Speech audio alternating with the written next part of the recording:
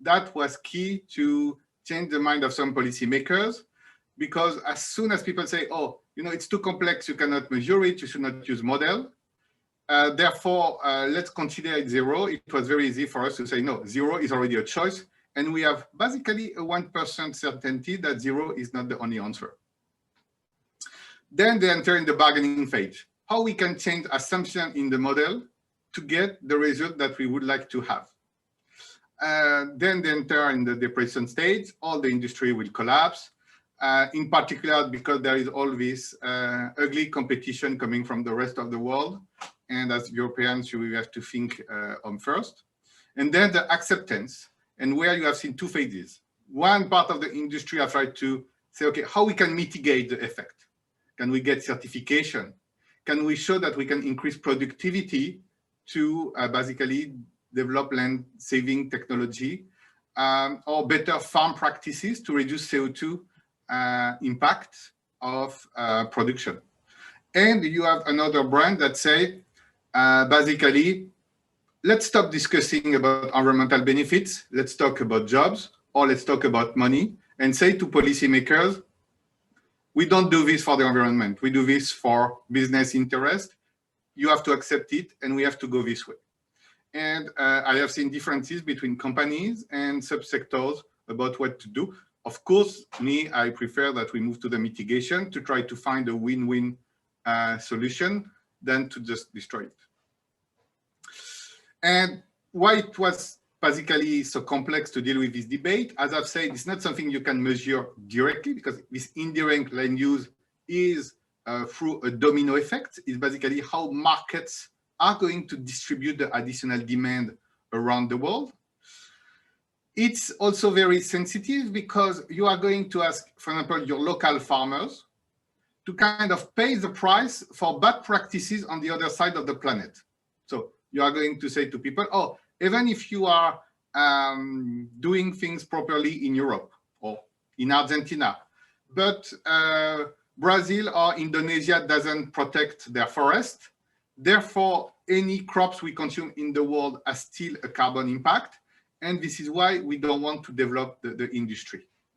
And that's politically very difficult. Intellectually, we understand that, we have world markets integrated for all the big crops. So every time you add 1 unit of demand or you displace 1 unit of demand, you will have impact on the markets that the big producers like Ukraine, Brazil, or Indonesia and Malaysia will play their role on the different sub-markets, and therefore there is global impact. And last but not least, as soon as you talk about indirect effect, where are you drawing the line? Because if you use, for example, more, if you have a higher demand for soybean and you use more soybean oil to produce biodiesel, you also produce more meals. That will help your livestock industry. And actually that will develop the livestock industry. But by creating this additional feed and developing the livestock industry, you also increase the emissions of the livestock industry.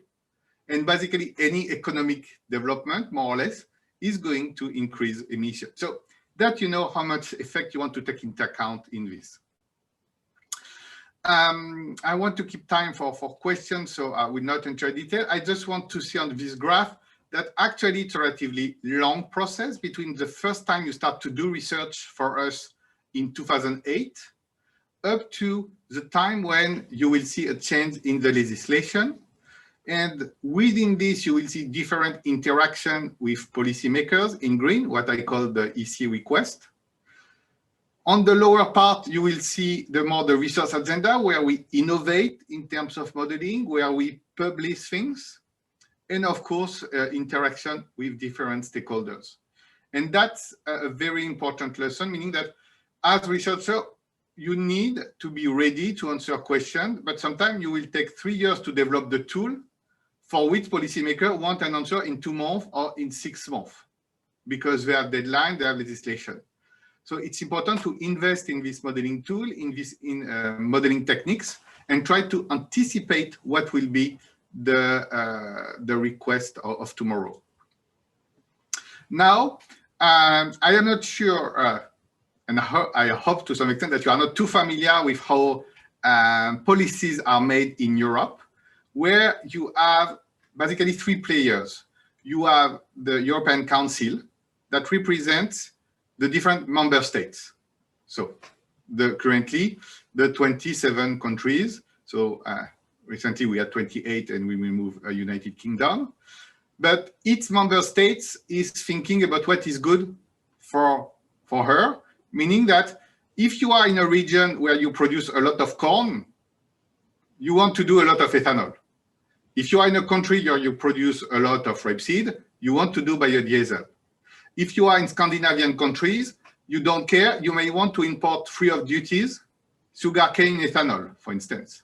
So you will have these regional disparities that will impact the choice. Then you have the EC, so European Commission, that is the executive. And within this, it has different directorate general, so different ministries. Here I point four that were involved in the process. You have DG Climate that basically want to have a low carbon impact of this policy. So we do it to reduce carbon emission. You have DG Energy that want to basically develop, I will say, alternative source of energy. They may not care so much about the overall emissions. They want energy diversification and a bit of energy self-sufficiency. So they are interested in that. Then you have DG Agri that say, okay, biofuel, that say bioenergy is nice. What is important is made from crops because it has to help the farmers and to help all farmers, European farmers. So we don't care if it is ethanol, biodiesel. What's important is the feedstock have to come from Europe. And then, okay, I put DG Agri twice here. It's a mistake, even if maybe it represents some of the things at stake. The fourth one is DG Trade, because DG Trade doesn't want the trade negotiation agenda to be impacted by this policy. They don't want to start to see litigation coming from Southeast Asia or Latin America about the fact that, yes, the biodiesel policy or mandate is biased, or that the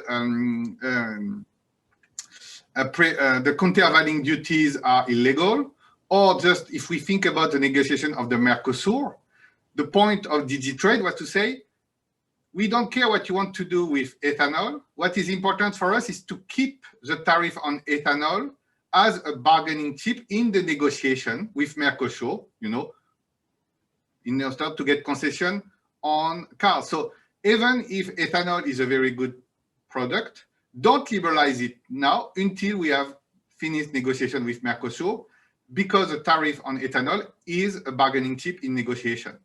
At the same time, DG Climate and the Scandinavian countries say, oh, let's import more sugar ethanol, typically from Brazil. So you have this. And of course, you have the European Parliament. So that is a legislative branch that get information from the executive branch that has its own analysis. And here you have a parliamentarian that may not know the topic, but want to talk about the topic. And in some case, they have speeches or proposals that are paste and copy coming from some lobbies. So that's the kind of complex environment in which we are. And what it means is that we have a number of sensitivity, I would say sensitive assumptions in our models that are actually driving the results, and on which we want to do sensitive analysis to see how they are robust. And here I have pointed the 5 that are always very important when you try to look at this. How much you are going to link price and yield. So what are the incentives for intensification in your model? What is the flexibility in terms of land use extension? So it's basically also how much the institution allow people to use more land or new land to produce. How you can move from one feedstock to another. So is it so easy when you produce biodiesel to replace sunflower oil or sunbee oil with palm oil? Actually, in some cold country, that's not so easy, but in Southern Europe, it was pretty easy. How you are going to adjust your livestock sector, because livestock is really one of the key drivers of adjustment for all this biofuel industry, and also a very important nexus between what is important, what is happening between ethanol and biodiesel, because the DDGS coming from the ethanol sector compete with the mills. So that's a very important fact. And of course, what are the carbon value we use for some parameters, how much carbon sequestration take place in pasture versus in cropland, how much we emit if we do tillage or no tillage. So, all of these sometimes subtleties can make a big differences. Beyond models, I will say that, especially in Europe, there was clearly different political economy dynamic between the ethanol and the biofuel sectors. And it was about, how many firms have the technology and the production, the concentration. Because, in terms of collective action, the more concentrated you are, the better you are to defend your interest. Also, what was the degree of vertical integration? The biodiesel sector in Europe is owned by the same people that own the farms. So it's the farmers that also have the processing plants and have the patents to develop biodiesel. And therefore, that's something they really have tried to do. When we were in the 2000s, the rapeseed sector in Europe was in trouble because the rapeseed mills were competed with the soybean mills coming from the Americas. And the rapeseed oil was competing with palm oil and sunflower oil. So in order to maintain profitability, the European farmers of the rapeseed sector said, okay, we need to find new demand for the rapeseed oil. And therefore, they invested in third generation biodiesel technology, very different from the ethanol sectors, where here also you have different players between the companies making the ethanol and the farmers.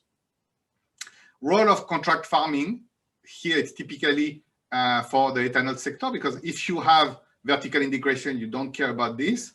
But between farmers and ethanol producer, this question, about can we buy in advance feedstock?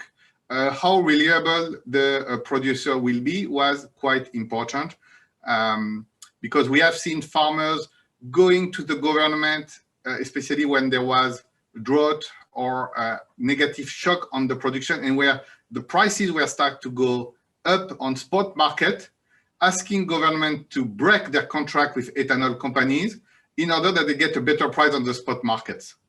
And therefore, for ethanol producers, they were not very happy.